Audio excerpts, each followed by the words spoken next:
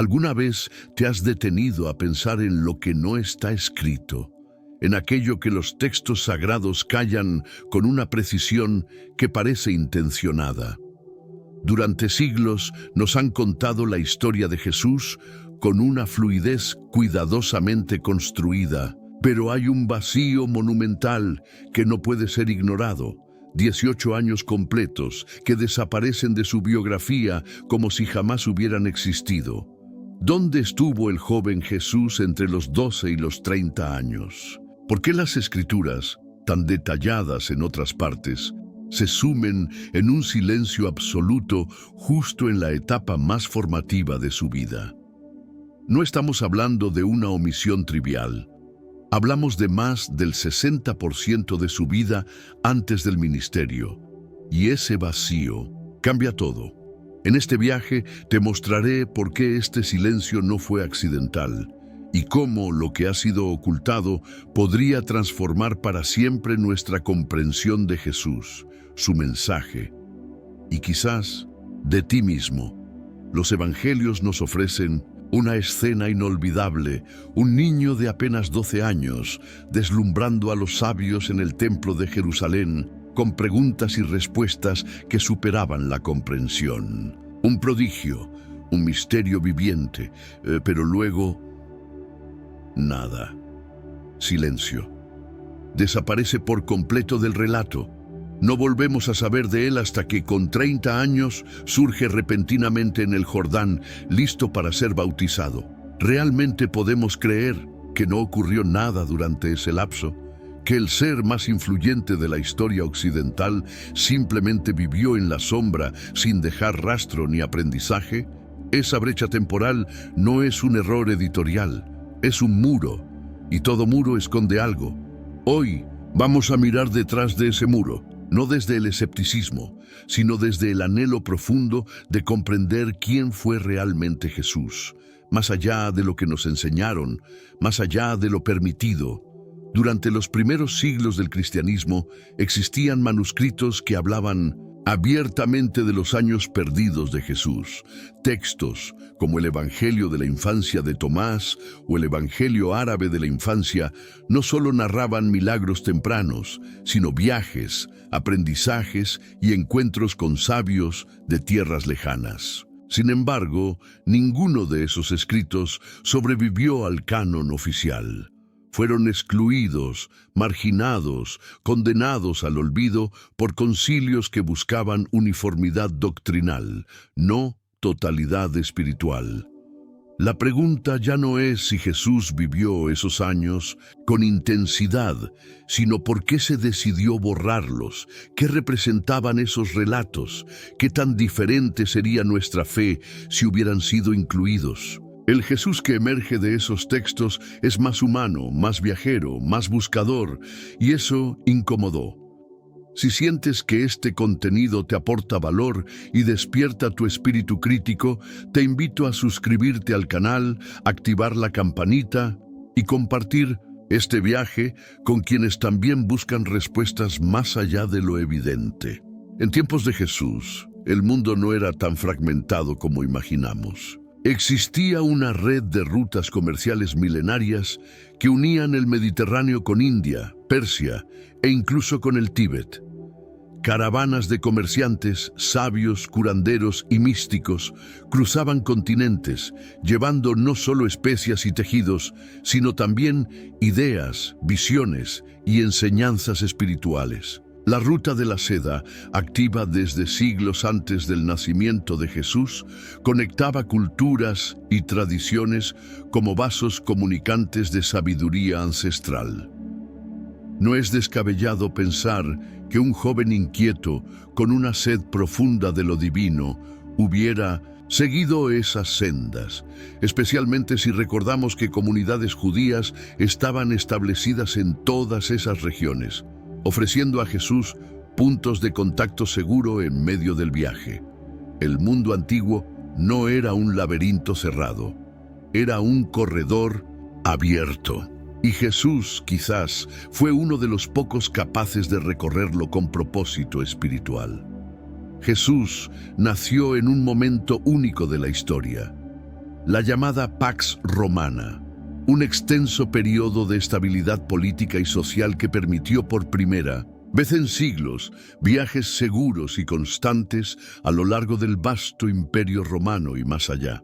Las carreteras romanas, los puertos vigilados, las rutas protegidas, todo estaba dispuesto para que los viajeros, incluidos místicos y buscadores espirituales, pudieran desplazarse sin temor a guerras ni asaltos. Durante los años perdidos, Jesús no vivía en una Galilea cerrada y aislada, vivía en el centro de un mundo en movimiento, un mundo donde Alejandría en Egipto hervía de intercambio intelectual, donde Persia conectaba a sabios de Oriente y Occidente, y donde India ya era un faro espiritual para quienes buscaban la verdad interior. Si hubo alguna etapa en la que un joven como Jesús pudo haber explorado estos caminos, fue precisamente esta, y esa ventana histórica no puede ser ignorada.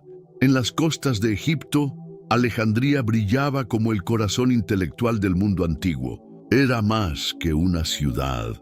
Era un cruce de civilizaciones, hogar de la biblioteca más vasta jamás construida, donde se conservaban manuscritos de todo el orbe conocido, desde tratados griegos hasta textos védicos y pergaminos egipcios. Aquí, pensadores, alquimistas, astrónomos y místicos debatían sin miedo, compartiendo visiones que trascendían religión, etnia o lengua. Entre sus habitantes existía una comunidad llamada los terapeutas, descrita por Filón de Alejandría. Eran judíos contemplativos, sanadores, meditadores, practicaban técnicas de introspección, ayuno y silencio. Su forma de vida tenía una resonancia profunda con muchas de las prácticas que Jesús enseñaría décadas después. Si él y su familia, como indica el Evangelio de Mateo, realmente buscaron refugio en Egipto durante su infancia, es posible que haya regresado en su juventud para aprender. Las coincidencias no parecen tan fortuitas cuando las piezas comienzan a encajar. En antiguos textos budistas y registros tibetanos se menciona la visita de un sabio extranjero llamado Isa, un joven de Occidente que llegó a estudiar las enseñanzas de Buda y a aprender con los rishis en India y los lamas del Tíbet.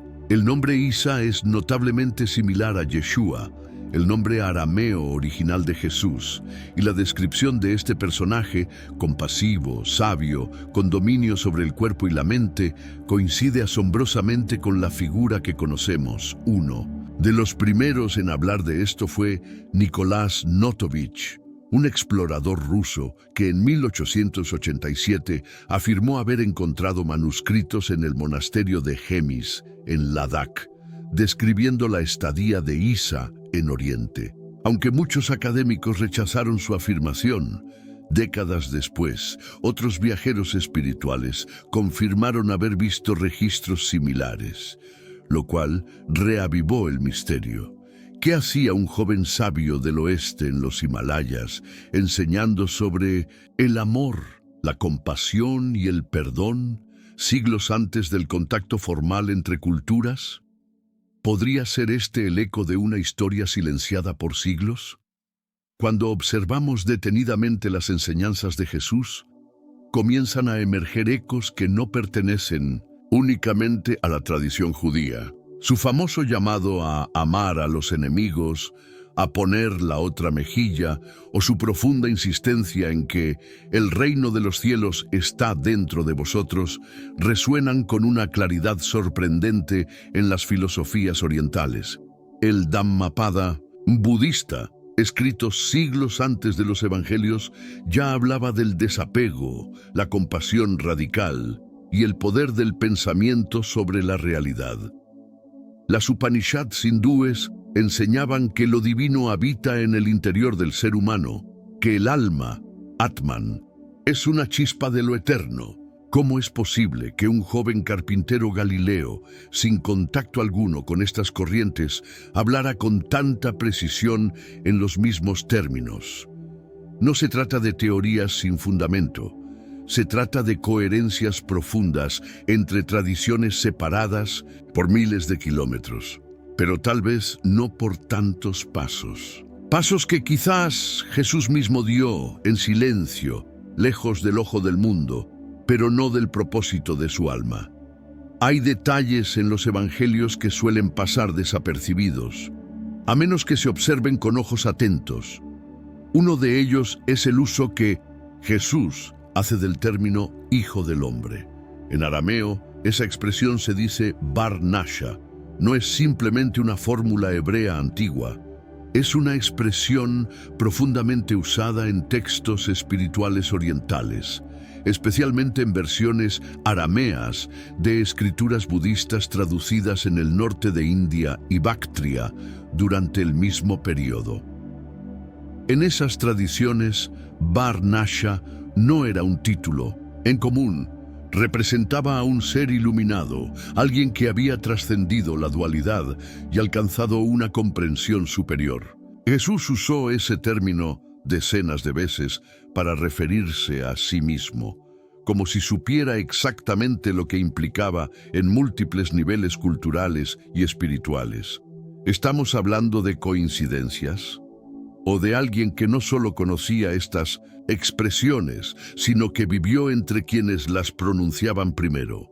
Este lenguaje sutil, técnico, escondido a simple vista en las Escrituras, podría ser la huella silenciosa de un viaje espiritual mucho más profundo de lo que jamás se nos enseñó. Uno de los conceptos más repetidos por Jesús en sus enseñanzas fue el camino. Yo soy el camino, dijo. Y con esa afirmación trazó una ruta no solo teológica, sino existencial. Sin embargo, pocos se detienen a considerar que el camino no era un concepto inventado, sino un término profundamente cargado de significado en las tradiciones espirituales orientales.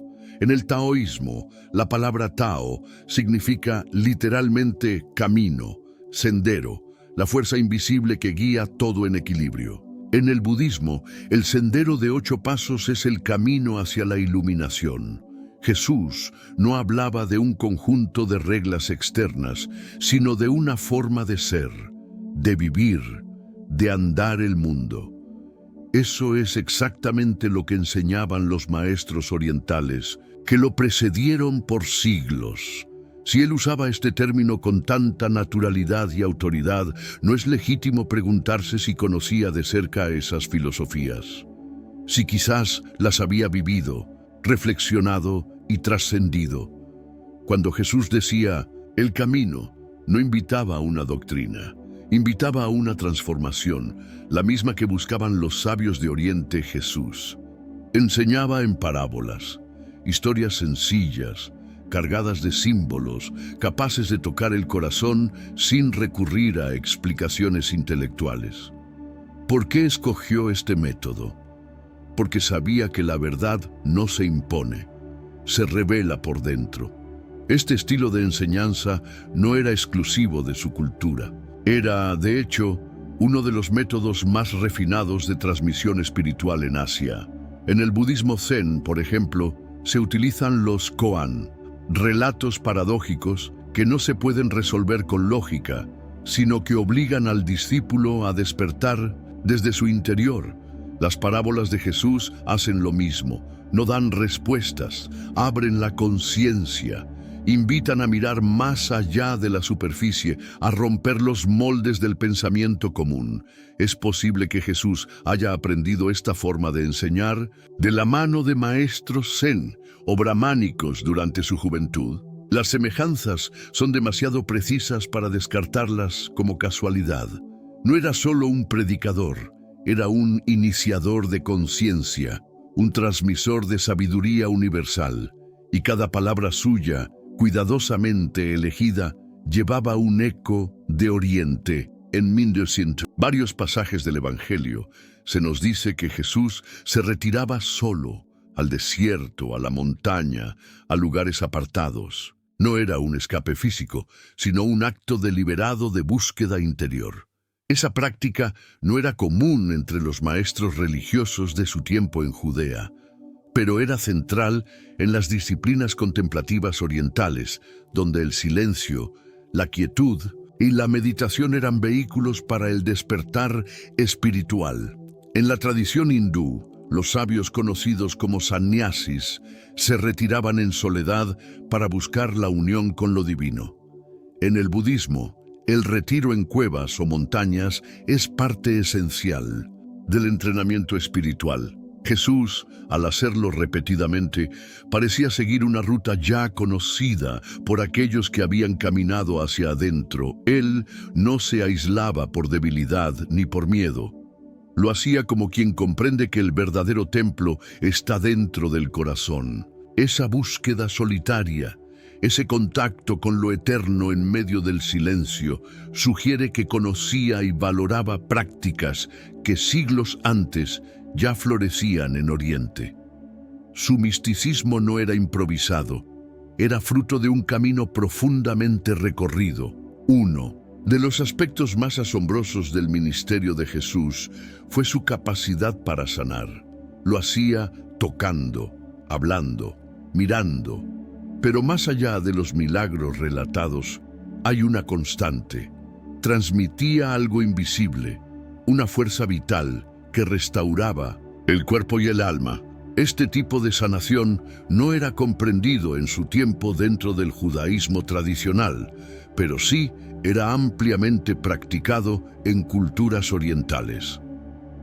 En el Ayurveda hindú y en la medicina tibetana se enseña desde hace milenios que el cuerpo tiene canales de energía, el prana, que puede ser restaurado por medio de la intención, el tacto y la conexión con lo divino. Los sanadores orientales utilizaban la imposición de manos, la respiración consciente, el enfoque meditativo, técnicas que Jesús empleaba con naturalidad. ¿Dónde aprendió a dominar ese arte? ¿Quién le mostró que el poder de la sanación nace desde dentro y que la fe del sanado es tan poderosa como la del sanador?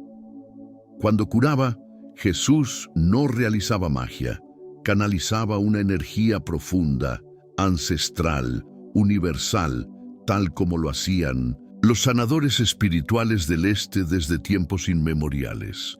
El Evangelio de Mateo menciona un detalle que suele ser pasado por alto: la huida de la familia de Jesús a Egipto para escapar de la persecución de Herodes. Pero ese breve episodio guarda una puerta abierta a una posibilidad mucho mayor. Egipto no era solo un refugio, era el corazón del conocimiento esotérico del mundo antiguo, hogar de escuelas de misterios que preservaban enseñanzas milenarias sobre la energía, la muerte, la resurrección y la naturaleza eterna del alma. Alejandría, donde convivían filosofía griega, misticismo egipcio, teología judía y sabiduría oriental, era una verdadera encrucijada espiritual. Allí existía una comunidad llamada los terapeutas, que practicaban la meditación, la contemplación y la sanación espiritual. Jesús, cuya vida está impregnada de simbolismos similares, resurrección, iniciación, renacimiento espiritual, parece haber sido profundamente influenciado por esa corriente de sabiduría. Y si el tiempo en Egipto no fue solo una infancia oculta, sino una iniciación silenciosa en los misterios que marcarían su ministerio, la conexión con esta tierra va más allá del relato.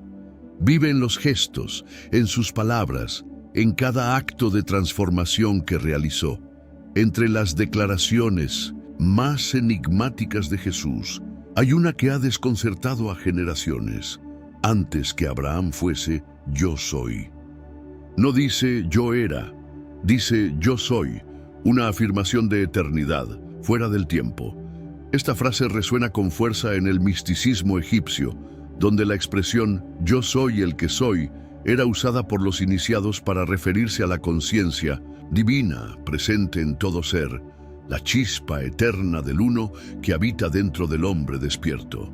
En las antiguas escuelas de misterios de Egipto, esta frase no era una fórmula religiosa. Era un reconocimiento de identidad espiritual, el alma que recuerda su origen, su eternidad, su unidad con lo divino. Jesús usó esta expresión sabiendo su poder. No hablaba solo desde un rol profético, sino desde la realización interior de ese principio sagrado que los sabios egipcios también enseñaban. Estas conexiones no niegan su grandeza, la expanden, lo muestran como un puente entre mundos espirituales, no como una excepción aislada. Si sientes que este mensaje honra tu búsqueda interior, te invito a suscribirte al canal. Aquí seguimos explorando, con respeto y profundidad, todo lo que fue silenciado pero sigue vivo. Jesús no centró su mensaje en estructuras externas. No hablaba de un reino político, ni de un templo físico. Su insistencia era clara. El reino de Dios está dentro de vosotros. Esa frase, profundamente revolucionaria para su tiempo, no tenía precedentes claros en la tradición judía, que esperaba un Mesías guerrero y un reino visible. Pero sí tiene raíces reconocibles en la espiritualidad oriental. En los Upanishads, textos sagrados de la India, se enseña que el Atman, el alma interior, es idéntico a Brahman, lo absoluto. Tat Tvam Asi, dicen, tú eres eso. La divinidad no está en lo exterior, sino en el centro de la conciencia humana. Jesús predicaba esa misma revelación, no como teoría, sino como experiencia. ¿De dónde tomó esa visión radical, tan adelantada a su contexto? ¿Quién le mostró que Dios no vive en piedras ni en altares, sino en el corazón despierto de cada ser humano? Su mensaje era una llama encendida desde adentro y parece más un eco de sabidurías ancestrales que una creación aislada. Reconocer esto no lo aleja del misterio, nos acerca aún más a su verdad. Jesús enseñó algo que desafiaba no solo al poder romano, sino también a la lógica humana de su época. Amar a los enemigos, bendecir a los que maldicen, no responder al mal con mal. Estas enseñanzas no eran comunes en la tradición religiosa dominante de Judea, que valoraba la justicia retributiva. Pero en India, siglos antes, Gautama Buda ya hablaba de la compasión incondicional, de responder al odio con amor, de romper el ciclo del sufrimiento a través del perdón. En ambos casos, no se trata de pasividad. Se trata de una fuerza interior que desarma al agresor sin levantar la mano, de una revolución que nace en la conciencia y se extiende hacia el mundo. ¿Es coincidencia que las palabras de Jesús reflejen el corazón del budismo? ¿O es más probable que él, en sus años formativos, bebiera directamente de esa fuente? Esta idea incomoda a muchos, pero también ofrece una imagen más completa. Jesús, no como un predicador aislado, sino como un maestro que recogió lo mejor de cada tradición y lo destiló en sabiduría viviente, accesible para todos. Su compasión no fue aprendida en libros, fue encarnada. Una de las enseñanzas más profundas de Jesús fue su llamado constante al desapego. No podéis servir a Dios y al dinero. Vende lo que tienes y sígueme. No acumuléis tesoros en la tierra. Estas frases no son solo consejos morales, son claves de liberación interior. Nos hablan de un tipo de libertad que no depende de posesiones ni seguridades externas, sino de un estado profundo del ser. Curiosamente, este mensaje tiene un espejo claro en la filosofía budista y en las enseñanzas védicas, que desde siglos antes proclamaban que el apego es la raíz del sufrimiento. Buda enseñó que solo al soltar el deseo se puede alcanzar la paz. En los Yoga Sutras se dice que la liberación viene del desapego y la disciplina interior. Jesús hablaba esa misma lengua del alma. Invitaba a una vida desapegada no como sacrificio, sino como una forma superior de existencia, donde aprendió que la verdadera riqueza es el espíritu libre. Su vida entera fue un testimonio de renuncia consciente. Su sabiduría no parecía heredada, parecía vivida, practicada, interiorizada, como lo haría un discípulo entre maestros de Oriente. Jesús insistía en algo que aún hoy muchos no logran comprender en su total profundidad. No os angustiéis por el mañana, porque el mañana traerá su propio afán. Con esa frase, no solo ofrecía consuelo, enseñaba una filosofía de vida radical. Vivir en el presente, plenamente conscientes, libres del peso del pasado y de la ansiedad del futuro. Este principio no era parte esencial de la tradición religiosa de su entorno, pero en Oriente, desde siglos antes, los sabios hablaban con claridad de lo mismo. En el budismo, el sati, atención plena, es la práctica de morar en el aquí y ahora, observando sin juzgar. En el hinduismo, la acción sin apego al resultado es la base del karma yoga. Ambos caminos conducen a la paz interior, a la unión con lo divino a través de la presencia. Jesús no llamaba a evadir responsabilidades. Llamaba a confiar, a abrazar cada instante como sagrado. Esa conciencia despierta, libre del miedo al mañana, es marca de quien ha caminado con sabios del alma. No es una filosofía aprendida. Es una forma de existir que solo nace en quien ha experimentado la eternidad en un solo momento. Los nombres en la antigüedad no eran simples etiquetas. Encerraban destino, misión, esencia espiritual. Jesús, en su lengua original, era Yeshua, que significa salvación. Pero en Oriente, registros antiguos mencionan a un sabio del oeste llamado Isa, o en otros textos, Yus-Asaf, un profeta que viajó desde tierras lejanas, enseñó compasión, sanó enfermos y habló de la luz interior. En Cachemira, al norte de Mincentos, India, existe una tumba ancestral conocida como el Santuario de Yus-Asaf, venerado por generaciones como un maestro venido de fuera. Su nombre, sus actos y sus enseñanzas son inquietantemente parecidos a los de Jesús. El sepulcro está orientado siguiendo la tradición judía, no islámica, y muchas leyendas locales afirman que allí descansó un gran sabio que cruzó fronteras para compartir la verdad universal. ¿Es posible que Jesús haya dejado huellas incluso en su paso final? ¿Y si Yus-Asaf no fuera otro, sino el mismo Isa que estudió en los monasterios, el mismo Yeshua que predicó en Galilea? En cada nombre, una pista. En cada historia, una luz que atraviesa el silencio de los siglos. En el corazón de Ladakh, en el Himalaya indio, se encuentra el monasterio de Hemis, un lugar apartado, silencioso y rodeado por las cumbres eternas.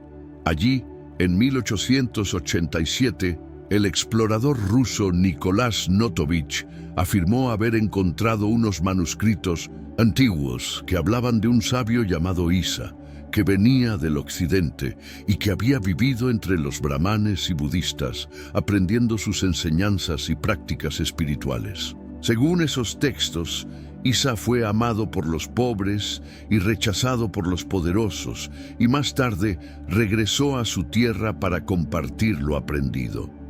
Aunque muchos dudaron de Notovich, otros estudiosos posteriores, como Swami Abhedananda y Nicolás Roerich, también aseguraron haber visto esos mismos textos, dando más peso a la posibilidad de que el joven Jesús realmente estuvo en esos parajes remotos, buscando luz en la cima del mundo. ¿Por qué un sabio occidental sería recordado en un monasterio budista si no hubiera dejado una marca profunda? A veces, la historia no se esconde, simplemente no se quiere ver. Pero los rastros están allí, tallados entre las piedras del Himalaya y los cantos de los monjes que aún repiten su nombre, Isa. Mientras en Occidente los años perdidos de Jesús fueron suprimidos, en Oriente su memoria nunca se extinguió. En regiones del norte de India, Nepal y Tíbet, Existen tradiciones orales que aún hablan de un sabio extranjero que vino en su juventud, aprendió de los rishis, meditó en soledad y enseñó sobre un Dios de amor universal. No lo llamaban con títulos religiosos, sino con respeto profundo. El hombre de luz, el extranjero sabio, el maestro del camino interno. En esas historias no hay conflicto con el Jesús que conocemos. Al contrario, se complementan como dos mitades de un mismo espejo.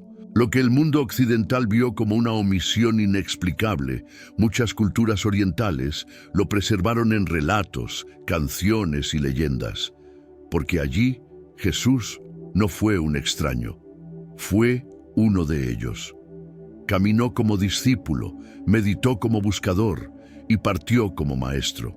¿Y si lo que llamamos años perdidos no fueron un vacío, sino el tiempo más sagrado de su preparación?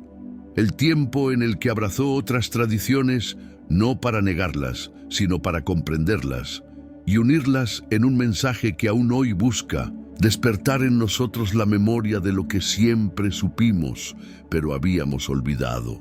Una de las ideas más poderosas que emerge al observar los posibles viajes de Jesús por Oriente es que su mensaje no fue exclusivo, sino integrador.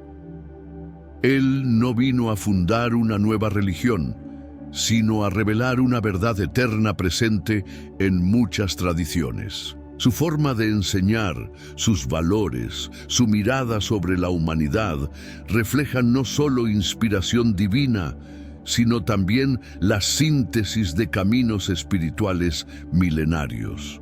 Cuando Jesús hablaba de nacer de nuevo, evocaba el lenguaje de iniciación egipcio. Cuando enseñaba sobre el desapego y la vigilancia interior, resonaban los ecos del budismo y del yoga. Y cuando llamaba a ver a Dios en lo más íntimo del ser, hablaba con el alma de un Upanishad. No eran copias, eran convergencias. Era como si su alma hubiera viajado por todas esas escuelas sagradas para luego destilar su esencia en una enseñanza simple, viva, humana. Quizá por eso su mensaje sobrevivió a imperios y persecuciones, porque no dependía de una forma cultural, sino de una sabiduría universal que late en todos los corazones despiertos, sin importar su geografía o su lengua. Durante los primeros siglos del cristianismo no existía una única versión aceptada sobre la vida de Jesús. Circulaban decenas de evangelios, cartas, textos místicos y relatos que ampliaban su historia, incluidos aquellos que hablaban de sus años formativos. Sin embargo, en el año 325 d.C., durante el Concilio de Nicea, bajo el patrocinio del emperador Constantino, se tomó una decisión que marcaría para siempre la narrativa cristiana: definir una única versión oficial y excluir todo lo demás. Textos que hablaban de viajes, enseñanzas orientales, iniciaciones en templos egipcios, fueron considerados heréticos, destruidos o simplemente no copiados. Lo que quedó fue un retrato cuidadosamente curado, funcional al poder imperial y enfocado en sostener una teología de exclusividad. No se trató solo de un proceso espiritual, sino político, porque un Jesús que hubiera aprendido de sabios orientales, que hubiera integrado múltiples caminos, habría socavado la idea de una única verdad revelada y controlada por una sola institución. La omisión de esos años no fue descuido, fue estrategia, y reconocerlo no es negar la fe, es abrirla a su raíz más profunda y auténtica. Muchos de los textos que fueron excluidos por la Iglesia primitiva no eran escritos fantasiosos ni doctrinas rebeldes. Eran testimonios de vivencias espirituales, descripciones de encuentros, prácticas de meditación, enseñanzas recibidas en lugares donde la sabiduría milenaria se compartía en silencio y contemplación. Lo que hoy llamamos evangelios apócrifos Fueron, para muchos discípulos de los primeros siglos, fuentes legítimas de comprensión del misterio de Jesús. No eran herejías, eran expresiones diferentes de una experiencia sagrada que no podía encerrarse en una sola forma. El Jesús que emerge de esos textos no contradice al de los evangelios canónicos.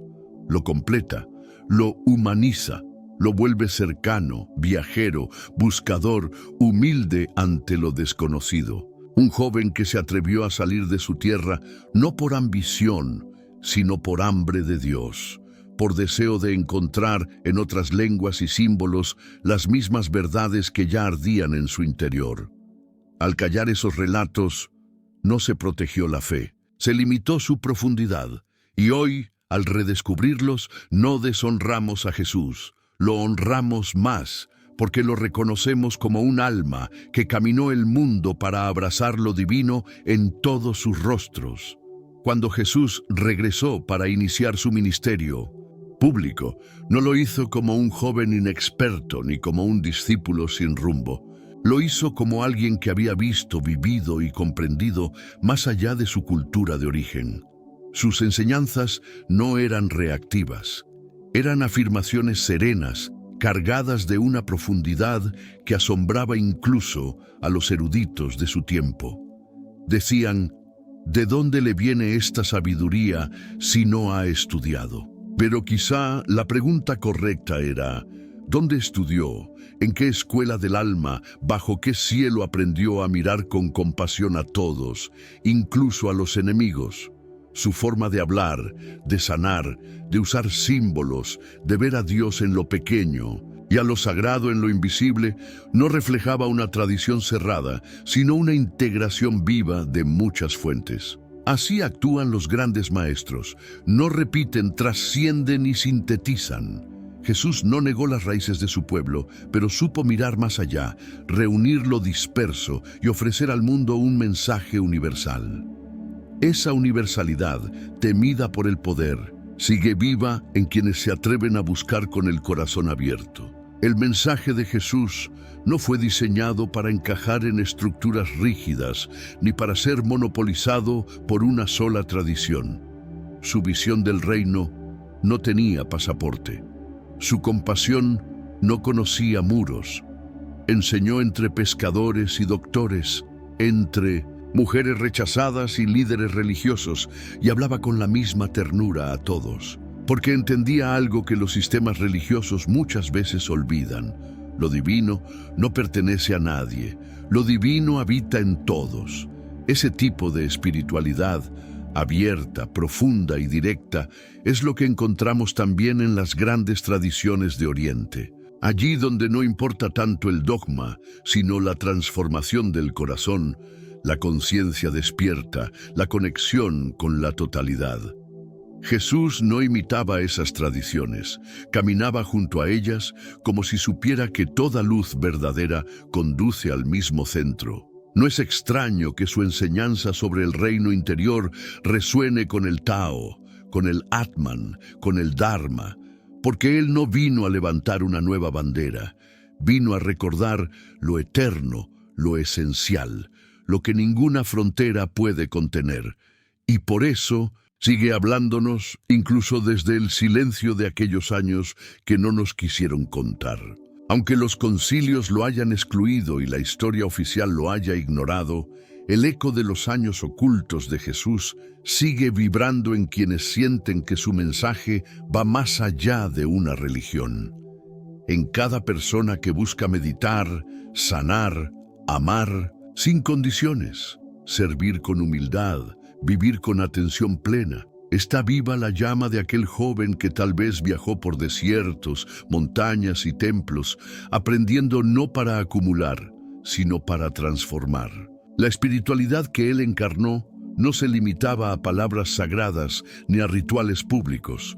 Era un estado del ser, una mirada compasiva que traspasaba toda norma. Y esa forma de vivir, presente en el budismo, en el misticismo egipcio, en 1900, el yoga en los evangelios, es universal, intemporal, indestructible.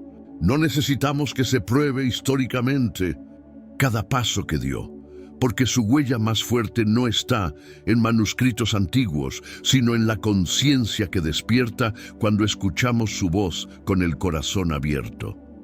Ese Jesús viajero, buscador y maestro vive hoy en cada uno que se atreve a cruzar sus propias fronteras interiores. Hoy más que nunca, el mundo necesita puentes entre religiones, entre culturas, entre visiones del alma. Y Jesús, tal como lo muestran sus enseñanzas más profundas, no vino a construir muros, sino a abrir caminos. Caminos hacia adentro, hacia los demás, hacia lo sagrado en lo cotidiano. Si recorrió los senderos de Oriente, como tantas pistas parecen indicarlo, no fue para copiar, sino para comprender desde adentro lo que une a todos los buscadores. De verdad, su vida podría ser vista como un cruce sagrado entre sabidurías, un puente entre el Dios del pueblo hebreo, la compasión del Buda, la energía vital del yoga y el misterio eterno de Egipto. No para diluir su identidad, sino para expandirla, porque la verdad no se debilita al encontrarse con otras verdades, se ilumina más. Cada vez que elegimos amar en lugar de juzgar, cada vez que meditamos, que perdonamos, que sanamos, estamos cruzando ese puente con Él. Y quizás los años ocultos de su vida no fueron perdidos, sino guardados, esperando que el mundo estuviera listo para entender el verdadero alcance de su camino. El misterio de los años ocultos de Jesús no es solo una curiosidad histórica, es una llave espiritual, una puerta hacia una comprensión más amplia, más amorosa y más profunda de lo que significa seguir su camino. Si él realmente caminó por Oriente, si aprendió con sabios budistas, si meditó en las montañas del Tíbet, si fue iniciado en Egipto, entonces su mensaje no fue una invención aislada, sino la floración de una semilla universal que ha vivido en muchas tradiciones y lenguajes. Y eso cambia todo, porque nos libera. Nos invita a ver a Jesús no como propiedad de una institución, sino como un hermano mayor en el viaje del alma. Alguien que integró lo mejor de muchos caminos y lo devolvió al mundo como una enseñanza simple, viva, accesible a todos. Redescubrir a Jesús desde esta perspectiva no lo reduce, lo engrandece, nos permite encontrarlo en la meditación, en la compasión, en el silencio, en la práctica espiritual, sin importar nuestro punto de partida. Quizás, al mirar sus años silenciados con nuevos ojos, descubramos no solo quién fue Él, sino quiénes podemos llegar a ser nosotros. Si este contenido resonó contigo y te hizo reflexionar, te invito a suscribirte al canal para seguir explorando juntos los misterios más profundos de la espiritualidad. No olvides darle like, dejar tu comentario con tus pensamientos o preguntas y compartir este video con quienes también buscan una verdad más allá de lo conocido. Tu apoyo ayuda a que más personas despierten a una mirada más amplia, amorosa y consciente del camino espiritual. Gracias por estar aquí.